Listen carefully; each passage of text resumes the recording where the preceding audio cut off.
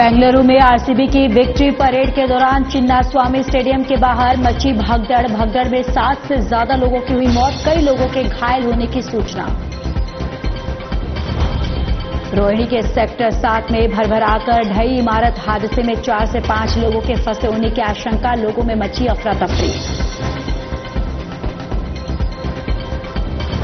भारत दौरे पर ऑस्ट्रेलिया के उप प्रधानमंत्री रिचर्ड मार्लेस, रक्षा मंत्री राजनाथ सिंह के साथ की द्विपक्षीय बैठक, तीनों सेनाओं का दिया गया गार्ड ऑफ ऑनर। दिल्ली प्रदेश माहेश्वरी संगठन का कार्यक्रम महेश नवमी महोत्सव 2025 के अवसर पर कार्यक्रम, मुख्यमंत्री रेखा गुप्ता ने कार्यक्रम में की शिरकत।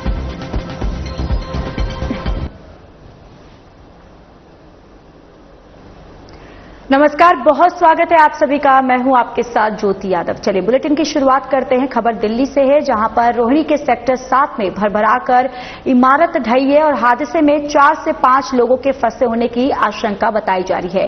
इसके साथ ही लोगों में अफरा तफरी का माहौल जो है वो देखने को मिला। पूरी तरह से वहां पर अफरा तफरी मच गई। मौके पर दमकल की गाड़ियां भी मौजूद रही और ये तस्वीरें भी जहां पर ये भगदड़ की तस्वीर है। और आपको बताते चले कि यहां पर मौके पर दमकल की जो गाड़ियां हैं वो भी मौजूद रही हैं और ये तस्वीरें भी आपको दिखा रहे हैं कि किस तरीके से यहां पर भरभरा कर जो इमारत जो है वो ढही है और जिसके बाद आसपास का माहौल जो है वहां पर अफरा तफरी का माहौल जो है वो देखने को मिला।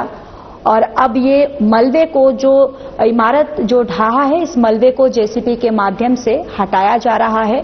और ये तस्वीरें भी, जब ये घटना घटी उसके बाद तुरंत दमकल विभाग को इसकी सूचना दी गई। मौके पर दमकल विभाग पहुंचा और अभी इस वक्त की ये तस्वीर आप तक साझा कर रहे हैं, जहां पर जेसीबी के माध्यम से ये जो मलबा ढहा है उसको यहां पर हटाया जा रहा है।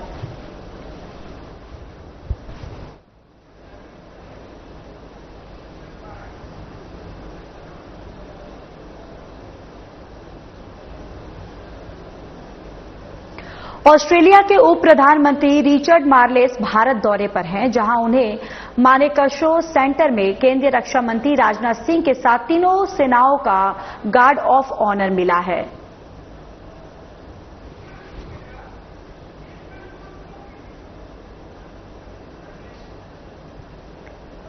तो देखिए, तीनों सेनाओं का गार्ड ऑफ ऑनर जो है वो दिया गया है और यहां पर रक्षा मंत्री राजनाथ सिंह भी मौजूद है। आपको बताते चले कि अमेरिका के उपराष्ट्रपति जो है, उप प्रधानमंत्री जो है वो पहुंचे हैं और जिसके बाद रक्षा मंत्री राजनाथ सिंह से उन्होंने मुलाकात की है। ये मुलाकात की तस्वीरें, जहां पर तीनों सेनाओं को गार्ड ऑफ ऑनर जो है वो भी दिया गया है।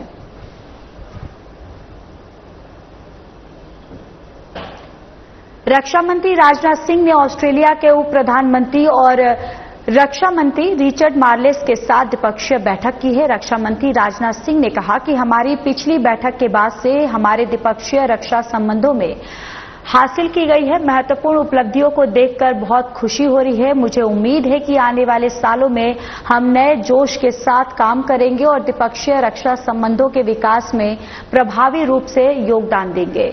भारत ऑस्ट्रेलिया रक्षा और सुरक्षा सहयोग को मजबूत करने में आपकी व्यक्तिगत प्रतिबद्धता और नेतृत्व के कारण पिछले 3 सालों में द्विपक्षीय रक्षा सहयोग हमारी व्यापक रणनीतिक साझेदारी है और इसके साथ ही एक महत्वपूर्ण स्तंभ के रूप में भी उभरा है।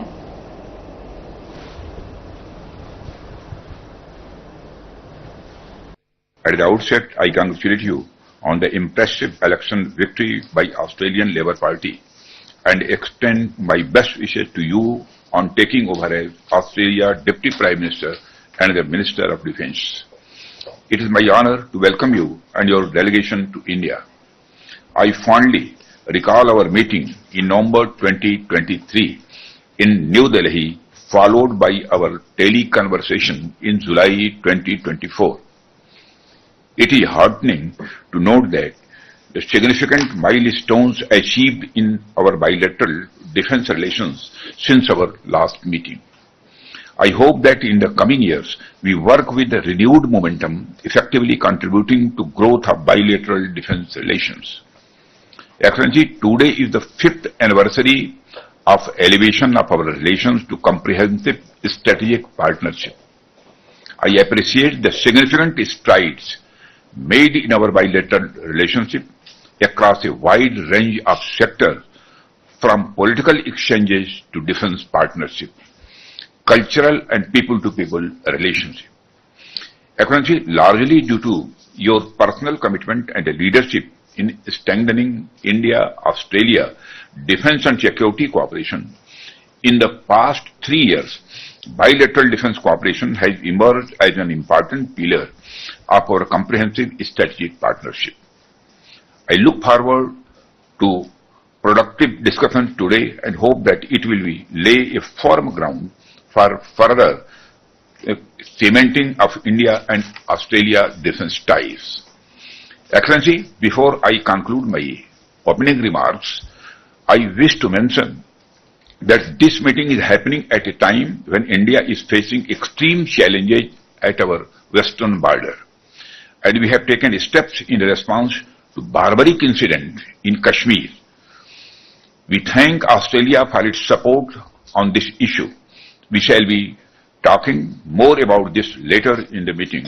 Excellency, I now request you for your opening remarks. Thank you very much. Delhi अवैध निर्माणों के खिलाफ चल रही कार्रवाई को लेकर सीएम रेखा गुप्ता की अध्यक्षता में उच्च स्तरीय बैठक हुई। अफवाह फैलाने वालों के खिलाफ सख्त कार्रवाई और एफआईआर दर्ज करने के आदेश दिए गए हैं। बिना पक्का आवास दिए किसी भी झुग्गी को नहीं हटाया जाएगा। साथ ही आदेश दिया गया कि वैध पीएम स्वनिधि दस्तावेज वाले स्ट्रीट वेंडर्स को बेदखल नहीं किया जाएगा, यानी कि बेदखल जो है नहीं किया जाएगा।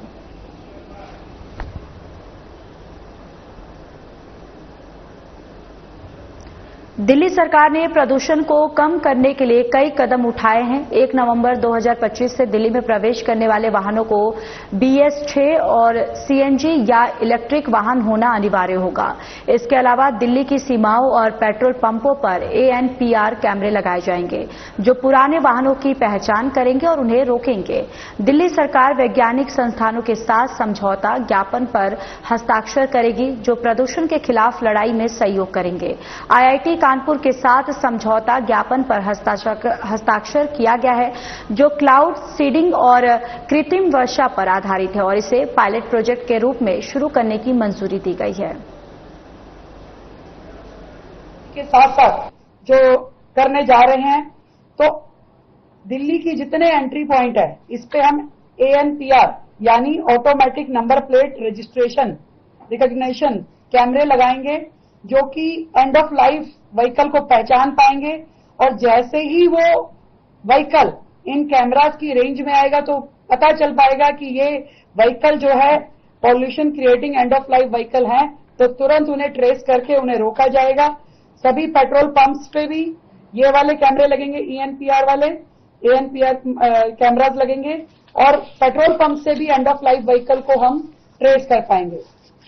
दिल्ली की बाउंड्री वॉल में, दिल्ली की परिधि में कोई भी व्हीकल जो आएगा वो BS6 CNG या EV कमर्शियल व्हीकल होना जरूरी होगा 1 नवंबर 2025 से, ताकि दिल्ली में जो पॉल्यूशन का इतना भयंकर समस्या है उसको मिल करके हम सभी कम कर पाए, क्योंकि दिल्ली का अपना व्हीकल जितना पॉल्यूशन में कंट्रीब्यूट करता है, उतना ही बाहर से आने वाला व्हीकल भी दिल्ली के पॉल्यूशन को बढ़ाता है।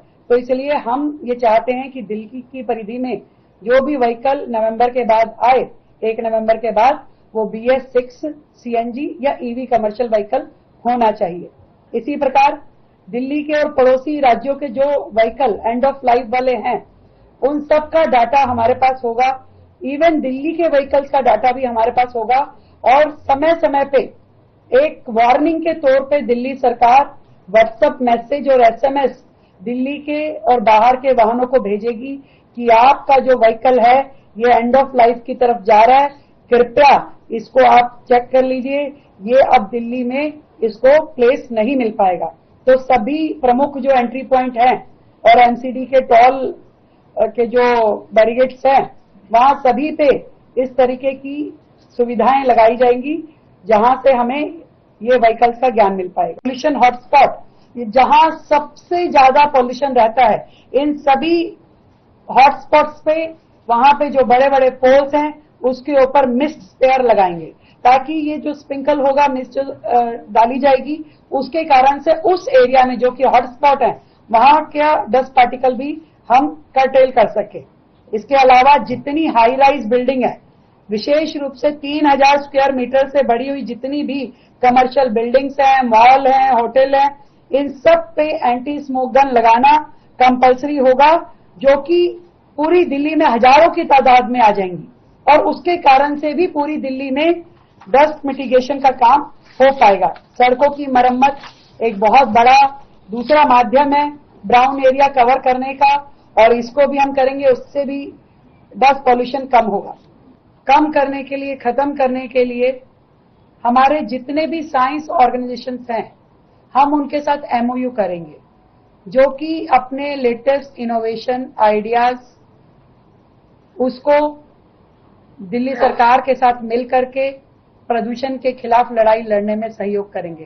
फॉर एग्जाम्पल, दिल्ली सरकार ने अभी आईआईटी कानपुर के साथ में एक एमओयू साइन किया, जो कि क्लाउड सीडिंग और आर्टिफिशियल रेन पे आधारित है, जिसको हमने एक पायलट प्रोजेक्ट के रूप में शुरू करने की मंजूरी करी है, और बहुत जल्द दिल्ली में पहली बार क्लाउड सीडिंग के द्वारा। दिल्ली की मुख्यमंत्री रेखा ने महामंडलेश्वर श्री स्वामी राघवानंद जी महाराज के ब्रह्मलीन होने पर गहरा शोक व्यक्त किया है। उन्होंने अपने सोशल मीडिया पर एक अकाउंट एक्स पर ट्वीट करते हुए कहा कि महामंडलेश्वर स्वामी राघवानंद जी महाराज के ब्रह्मलीन होने का समाचार अत्यंत दुखद और व्यथित कर देने वाला है। उनका जीवन त्याग, साधना और लोक कल्याण की उत्कृष्ट मिसाल रहा है। अपने आध्यात्मिक विचारों और कर्म योग से उन्होंने अनगिनत लोगों के जीवन को आलोकित किया है। उनका जाना न केवल धार्मिक जगत की बल्कि पूरे समाज की अपूर्णीय क्षति है। ईश्वर से प्रार्थना है कि उन्हें परम शांति और दिव्य लोक में स्थान प्रदान करे और उनके शिष्य, श्रद्धालु और समाज को ये दुख सहन करने की शक्ति दे। महामंडलेश्वर स्वामी राघवानंद महाराज जी का निधन हो गया है और दिल्ली की मुख्यमंत्री रेखा गुप्ता ने शोक जताया है।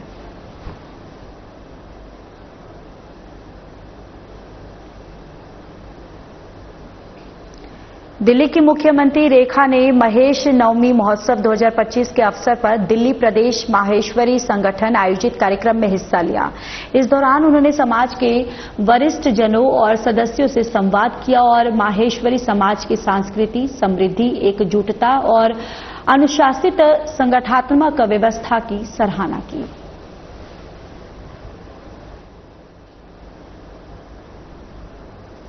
दिल्ली की सीएम रेखा गुप्ता और उपराज्यपाल विनय कुमार सक्सेना ने केंद्रीय मंत्री नितिन गडकरी के साथ बैठक की है। बैठक में दिल्ली के सभी लोकसभा सांसद और मंत्री प्रवेश वर्मा, मनजिंदर सिंह सिरसा और पंकज सिंह भी मौजूद रहे।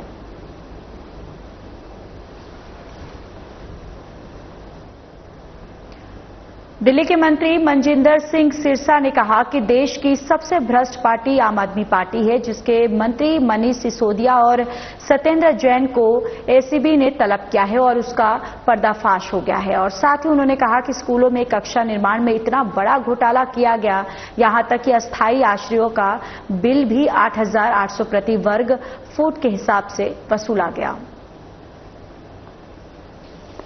आम आदमी पार्टी जिसके मंत्री रहे मनीष सिसोदिया जी और सत्येंद्र जैन को आज एसीबी ने तलब किया है।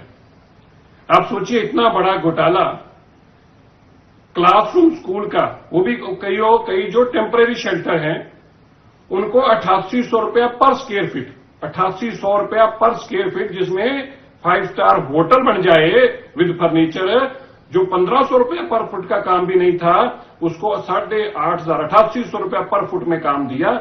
2000 करोड़ रुपया दिया। 2000 करोड़ किनको दिया? अपने 34 चहेता ढूंढे, खुद ही आर्किटेक्ट से रेट तय करा लिया, खुद ही स्क्वायर फुट तय करा लिए और खुद अपने चहेतों को काम दे दिया और करोड़ों रुपया उसमें लूटने का काम किया। अब दिल्ली के लोगों को इंसाफ मिल रहा है। सत्येंद्र जैन और मनीष सिसोदिया जी ने जिस तरह से दोनों हाथों से दिल्ली को लूटा था, अब हिसाब देने का वक्त आ गया है। हमें तसल्ली है, अब एसीबी इसके अंदर जांच पूरी करेगी और मनीष सिसोदिया और सत्येंद्र जैन जी ने जो इस दिल्ली को लूटा है स्कूलों के नाम के ऊपर, वो अब आपके सामने आने वाला है। एम्स और आईआईटी मिलकर एआई आधारित हेल्थ केयर सेंटर बनाएंगे। बताते चले कि एम्स और आईआईटी दिल्ली ने स्वास्थ्य क्षेत्र में आर्टिफिशियल इंटेलिजेंस पर आधारित सेंटर ऑफ एक्सीलेंस स्थापित करने के लिए एमओयू पर हस्ताक्षर किए। 330 करोड़ की सरकारी ग्रांट से काम होगा। सरकार संसद के अगले सत्र में इलाहाबाद हाईकोर्ट के न्यायाधीश यशवंत वर्मा के खिलाफ महाभियोग प्रस्ताव वो लाने की तैयारी कर रही है। संसदीय कार्य मंत्री किरण रिजिजू द्वारा प्रस्ताव पेश करने से पहले सभी राजनीतिक दलों के साथ विचार विमर्श करने की उम्मीद है। शीर्ष सरकारी अधिकारियों ने संकेत दिया है कि न्यायाधीश को हटाने के लिए आवश्यक संवैधानिक सीमाओं को देखते हुए सभी दलों की सहमति महत्वपूर्ण होगी। उत्तर पश्चिम जिला पुलिस की 4 लेन सेल ने एक सक्रिय और खुफिया आधारित कार्रवाई के तहत दिल्ली में अवैध रूप से रह रहे 18 बांग्लादेशी नागरिकों को गिरफ्तार किया। दिल्ली पुलिस ने छापा मारकर भारत नगर थाना क्षेत्र में एक विशेष अभियान के तहत राजधानी में अवैध रूप से रह रहे विदेशी नागरिकों की पहचान कर उनके विरुद्ध कार्रवाई करने के निरंतर प्रयासों का हिस्सा है और दिल्ली पुलिस द्वारा बरामद इनके पास से स्मार्टफोन में प्रतिबंधित IMO ऐप पाया गया और 4 बांग्लादेशी राष्ट्रीय पहचान पत्र जब्त किए गए हैं।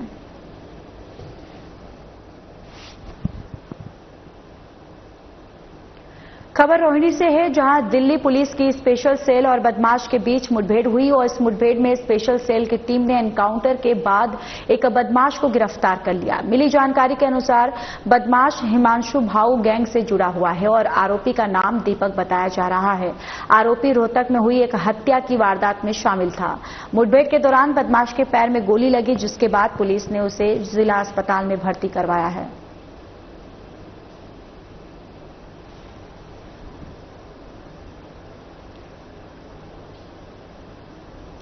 शाहदरा जिला पुलिस ने रात में हुई डकैती की वारदात का खुलासा कर 3 खूंखार बदमाशों को धर दबोचा।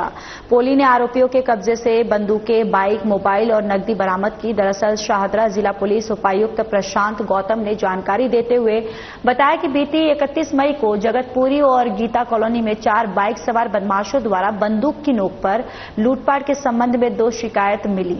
इस पर कार्रवाई करते हुए एक विशेष टीम का गठन किया गया। टीम ने घटनास्थल और आसपास से सीसीटीवी फुटेज की जांच की। सीसीटीवी फुटेज की जांच के बाद टीम ने पाया कि बदमाशों ने अपराध में एक ड्यूक बाइक और एक डोमिनार बाइक का इस्तेमाल किया था। टीम ने अपने लोकल इनपुट का सहारा लिया और एक सूचना पर संदिग्ध व्यक्तियों की पहचान की गई और उसी रात उनके पते की भी पुष्टि हो गई।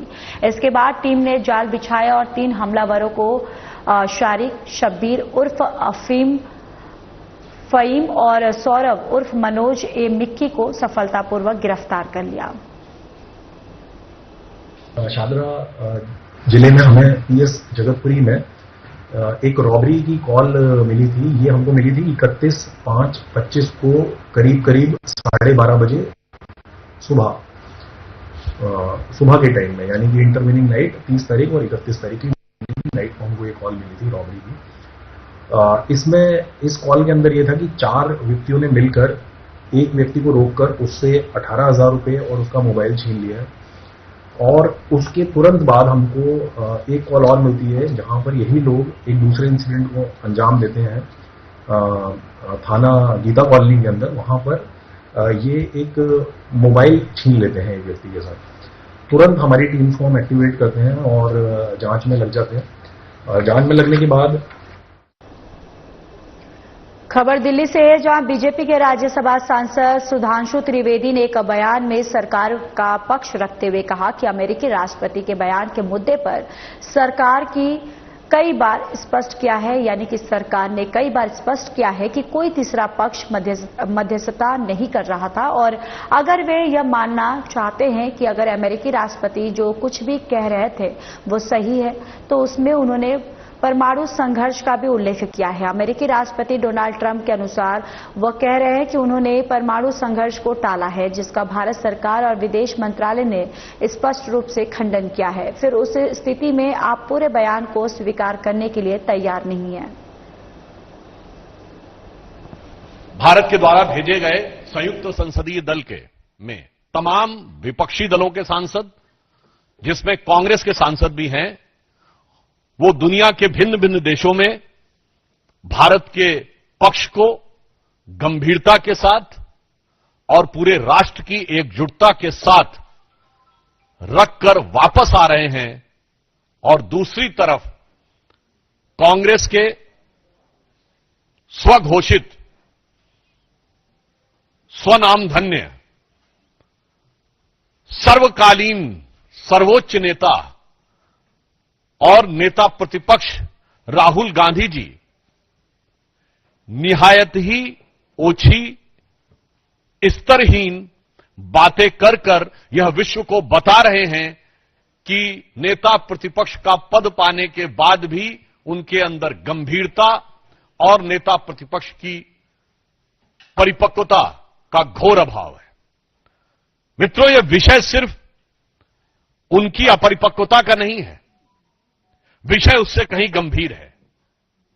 राहुल गांधी जी ने जिस प्रकार से हमारी सेना के द्वारा दिखाए गए अप्रतिम शौर्य और सेना के अधिकारियों द्वारा, जिसमें director general military operation, director general air operation, director general navy operations थे, उन्होंने जिस तरीके से ऑपरेशन सिंदूर की सफलता का विवरण दिया है, उसको सरेंडर से तुलना करना यह दर्शाता है कि यह मानसिकता कितनी रोगी और कितनी खतरनाक हो चुकी है। मुझे इस बात पर आश्चर्य हो रहा है कि अभी तक कांग्रेस के नेता पाकिस्तानी मीडिया में सुर्खियां बटोरने में लगे हुए थे, पाकिस्तानी संसद में उनके बयान कोट किए जा रहे थे। राहुल गांधी जी का नाम तो और बयान तो भारत के विरुद्ध पाकिस्तान अपने डोजियर में यूज कर चुका है, परंतु पहली बार राहुल गांधी जी ने ऐसा बयान दिया है जो पाकिस्तान के सेना प्रमुख ने भी नहीं बोला, पाकिस्तान के किसी आतंकी संगठन ने भी नहीं बोला, मौलाना मसूद अजहर ने भी नहीं बोला और हाफिज सईद ने भी नहीं बोला। इसमें से किसी ने यह शब्द नहीं बोला है कि भारत ने सरेंडर किया है, बल्कि उन लोगों ने अपनी अपनी तकलीफों का इजहार गाहे बगाहे किया है। अगर इसके बाद ये बोल रहे हैं तो मैं पूछना चाहता हूं, क्या आप उन नेताओं से एक कदम आगे जाना चाह रहे हैं? यानी अभी तक तो आप पाकिस्तान के लोगों को, पाकिस्तानी सेना और पाकिस्तान के आतंकी संगठनों को कवर फायर देते थे, अब उनके सिरमौर भरने की कोशिश कर रहे हैं। एक हिंदी में कहावत होती है, नया मुल्ला प्याज ज्यादा खाता है, मगर यहां गैर मुल्ला इस कदर प्याज खाने में लगा हुआ है कि उसे लग ही नहीं रहा है कि यह देश के स्वाभिमान और सेना के शौर्य और सेना का कितना भीषण अपमान कर रहा है। मैं पूछना चाहता हूं, वैसे राहुल गांधी जी की बुद्धिमत्ता और विवेकशीलता पर आप सभी लोग परिचित हैं। मात्र 1 वर्ष पहले की बात है, आज 4 जून है। 4 जून को चुनाव परिणाम आए थे। तीसरे अटेम्प्ट में 3 अंक न पाने को, जिसको अद्भुत सफलता नजर आ रही हो और पटाखे फोड़ने शुरू कर दिए हो, और तीसरी बार प्रधानमंत्री बनने पर जिसको पराजय नजर आ रही हो, उसकी कितनी समझ है और उसका कितना। चलिए, इस बुलेटिन में इतना ही। नमस्कार।